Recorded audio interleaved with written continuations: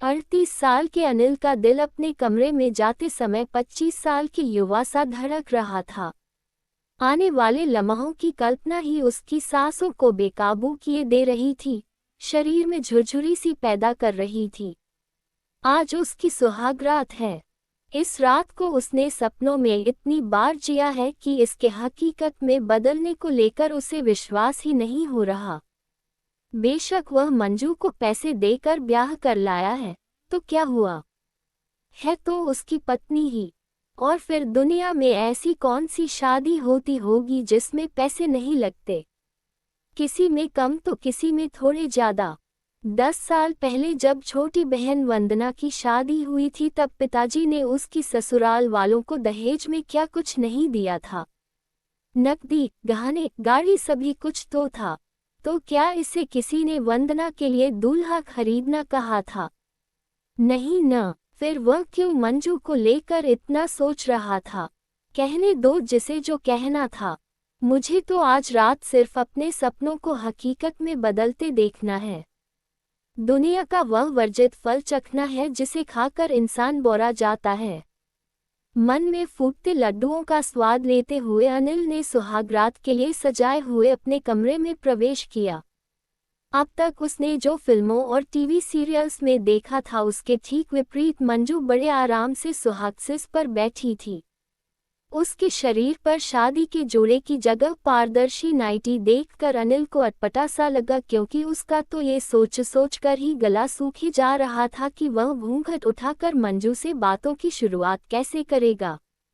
मगर यहाँ का माहौल देखकर तो लग रहा है जैसे कि मंजू तो उससे भी ज्यादा उतावली हो रही है।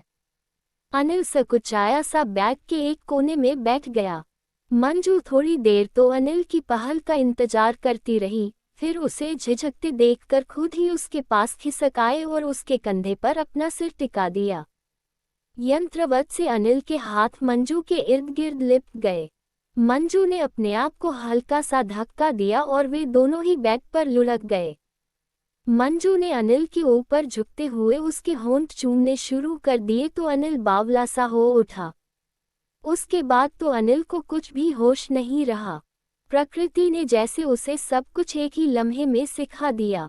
मंजू ने उसे चरम तक पहुंचाने में पूरा सहयोग दिया था। अनिल का ये पहला अनुभव ऐसा था जैसे गूंगे को गुड़ का स्वाद, जिसके स्वाद को सिर्फ महसूस किया जा सकता है, बयान नहीं। एक ही रात में अनिल तो जैसे जोरू का गुलाम ही हो गया था।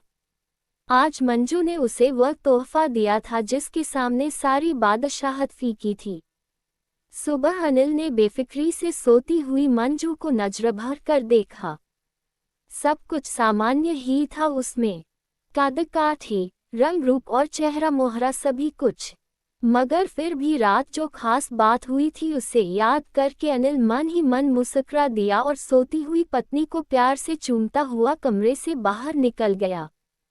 मंजू जैसी भी थी, अनिल से तो 21 ही थी।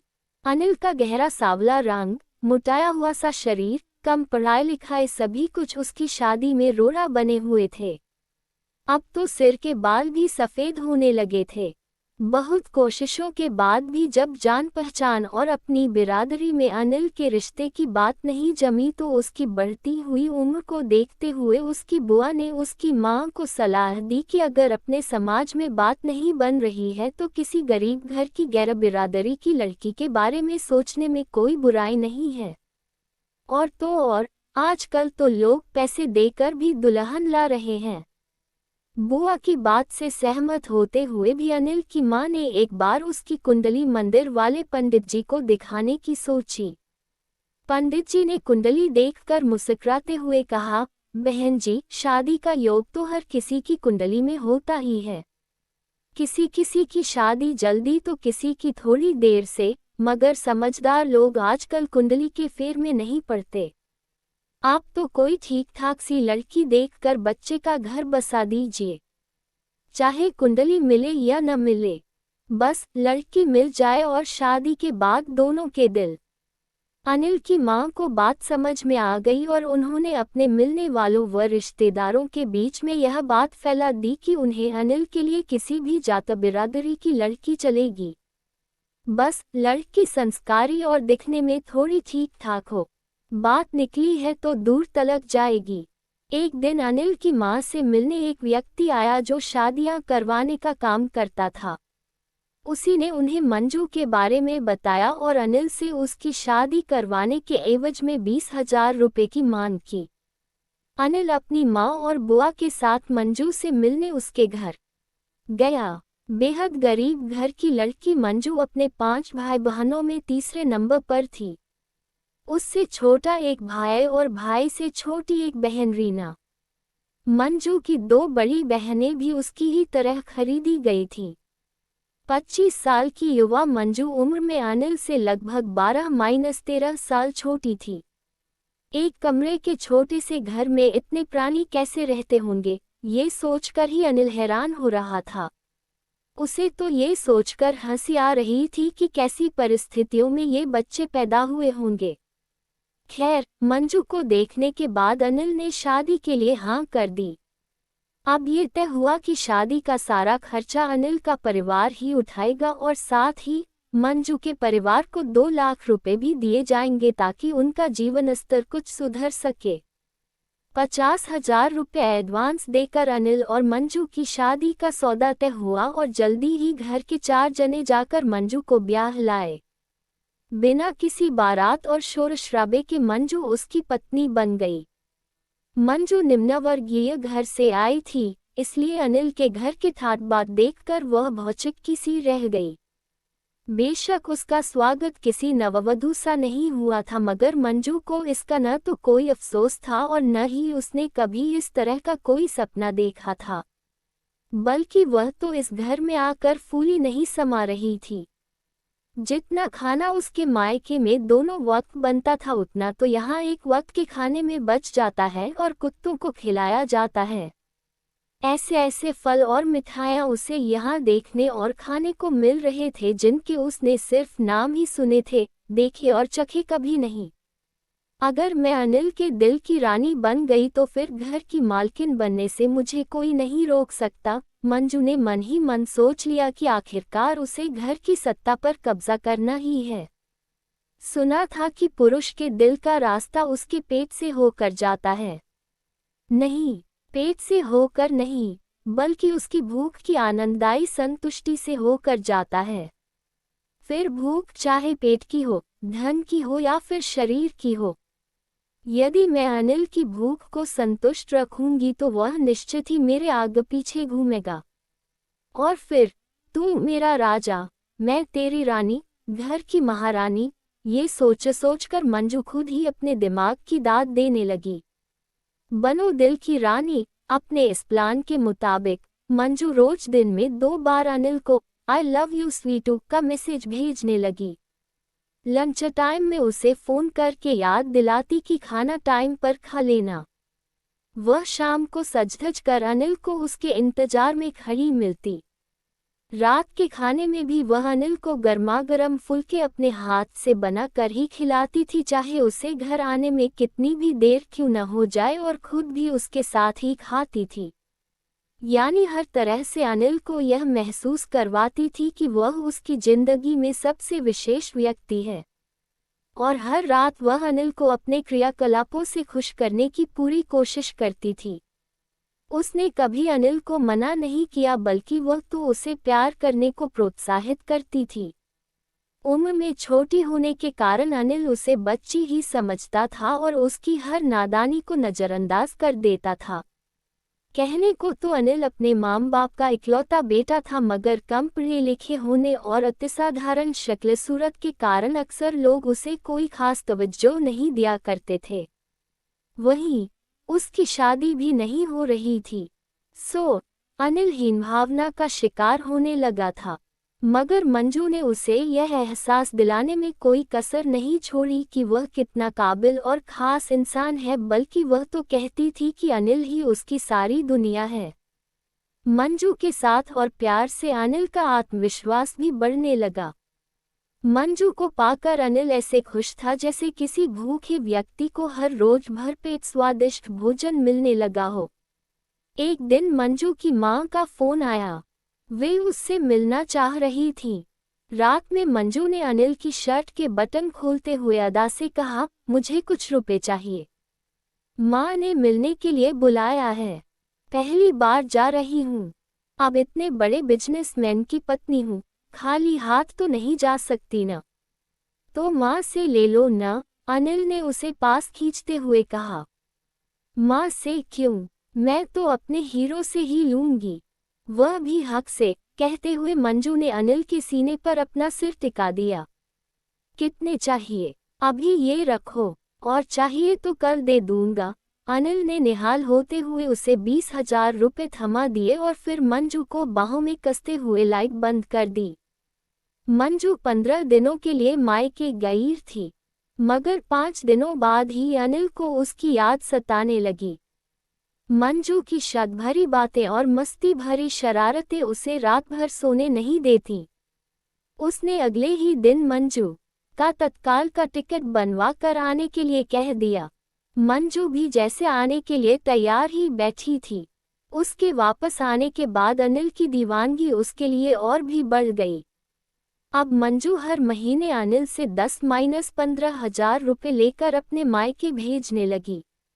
मंजू ने अनिल से उसका एटीएम कार्ड नंबर और पिन आदि ले लिया, जिसकी मदद से वह अपनी बहनों और भाई के लिए कपड़े, घरेलू सामान आदि भी ऑनलाइन ऑर्डर करके भेज देती। मंजू के प्यार का नशा अनिल के सिर चढ़कर बोलने लगा था। सया भाई कोतवाल तो अब डर काहे का। घर में मंजू का ही हुक्म चलने लगा। बेटे की इच्छा को देख अनिल की मां को न चाहते हुए भी तिजोरी की चाबियां बहू को देनी पड़ी। सामाजिक लेन देन आदि भी सब कुछ उसी की सहमति या अनुमति से होता था। अनिल की मां उसे कुछ नहीं कह पाती थी क्योंकि मंजू ने उन्हें भी यह एहसास करवा दिया था कि उसने अनिल से शादी करके अनिल सहित उनके पूरे परिवार पर एहसान किया है। सुनिए न, मेरी बड़ी इच्छा है कि मेरा नाम हर जगह आपके नाम के साथ जुड़ा हो, एक दिन मंजू ने अनिल से बड़े ही अपनेपन से कहा। अरे, इसमें इच्छा की क्या बात है, वह तो जुड़ा ही है। देखो, तुम मेरी अर्धांगिनी हो, यानी मेरा आधा हिस्सा। इस नाते मेरी हर चल संपत्ति पर तुम्हारा आधा हक हुआ न, अनिल ने प्यार से मंजू को समझाया। वह तो ठीक है, मगर यह सब अगर कानूनी रूप से भी हो जाता तो कितना अच्छा होता। मगर उसमें तो कई पेंच होंगे न। चलो, रहने दो, बिना मतलब आप परेशान हो जाएंगे, मंजू ने बालों की लट को उंगलियों में लपेटते हुआ कहा। मेरी जान, मेरे तन, मन और धन, सबकी मालकिन हो तुम, अनिल ने उसे बाहों में भरते हुए कहा और फिर एक दिन वकील और सीए को बुलाकर अपने घर, दुकान, बैंक अकाउंट व अन्य चल प्रॉपर्टी में मंजू को कानूनन अपना उत्तराधिकारी बना दिया। इधर एक बच्चे की मां बनकर जहां मंजू ने अनिल के खानदान को वारिस देकर सदा के लिए उसे अपना कर्जदार बना लिया, वहीं मां बनने के बाद मंजू के रूप और यौवन में आए निखार ने अनिल की रातों की नींद उड़ा दी। अनिल को अब अपनी ढलती उम्र का एहसास होने लगा था। वह यह महसूस करने लगा था कि अब उसमें पहले वाली ऊर्जा नहीं रही और वह मंजू की शारीरिक जरूरतें पहले की तरह पूरी नहीं कर पाता। अपनी इस गिल्ट को दूर करने के लिए वह मंजू की हर भौतिक जरूरत पूरी करने की कोशिश में लगा रहता। अनिल आंख बंद करके मंजू की हर बात मानने लगा था। मंजू बेशक अनिल की प्रॉपर्टी की मालकिन बन गई थी, मगर उसने भी अपने दिल का मालिक सिर्फ और सिर्फ अनिल को ही बनाया था। वह ये बात कभी नहीं भूल सकी थी कि जब उसके आस पड़ोस के लोग उसे खरीदी हुई दुल्हन कहकर हिकारत से देखते थे, तब यही अनिल कैसे उसकी ढाल बनकर सामने खड़ा हो जाता था और उसे दुनिया की चुभती हुई निगाहों से बचाकर अपने दिल में छिपा लेता था। उसकी सास ने उसे कभी अपने खानदान की बहू जैसा सम्मान नहीं दिया था, मगर फिर भी अपनी स्थिति से आज वह खुश थी।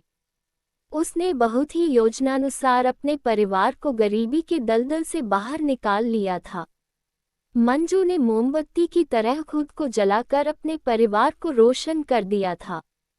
मंजू ने दुकान के काम में मदद करने के लिए अपने भाई को अपने पास बुला लिया। इसी बीच अनिल की मां चल बसी। तो अपने अकेलेपन को दूर करने के लिए मंजू ने अपने माम पापा और छोटी बहन रीना को भी अपने पास ही बुला लिया। एक दिन वही दलाल अनिल के घर आया जिसने मंजू से उसकी शादी करवाई थी। रीना को देखते ही उसकी माँ से बोला, क्या कीमत लगाओगे लड़की की? किसी को जरूरत हो तो बताना पड़ेगा ना। मेरी बहन किसी की खरीदी हुई दुल्हन नहीं बनेगी, मंजू ने फुफकारते हुए कहा। खरीदी हुई दुल्हन बड़ी जल्दी पर निकल आए। अपनी शादी का किस्सा भूल गई क्या? दलाल ने मंजू पर ताना कसते हुए मुंह बनाया। मेरी बात और थी, मैं तो बिना सहारे की बेल थी जिसे किसी न किसी पेड़ से लिपटना ही था। मगर रीना के साथ ऐसा नहीं है। देर आए दुरुस्त आए। कुदरत ने उसे अनिल के रूप में सिर पर छत दे दी है और पांवों के नीचे जमीन भी। अभी मैं जिंदा हूँ और अपनी बहन की शादी कैसे करनी है ये हम खुद तय कर लेंगे। आप जा सकते हैं, लेकिन हाँ, अनिल को मेरी जिंदगी में लाने के लिए मैं सदा आपकी कर्जदार रहूंगी। धन्यवाद। मंजू ने दलाल से हाथ जोड़ते हुए आभार जताया। वहीं पीछे खड़ा अनिल मुस्कुरा रहा था। आज उसके दिल में मंजू के लिए प्यार के साथ साथ इज्जत भी बढ़ गई थी। दोस्तों, कहानी कैसी लगी कमेंट करके जरूर बताना। कहानी पसंद आए हो तो वीडियो को लाइक शेयर करें और चैनल को सब्सक्राइब करें।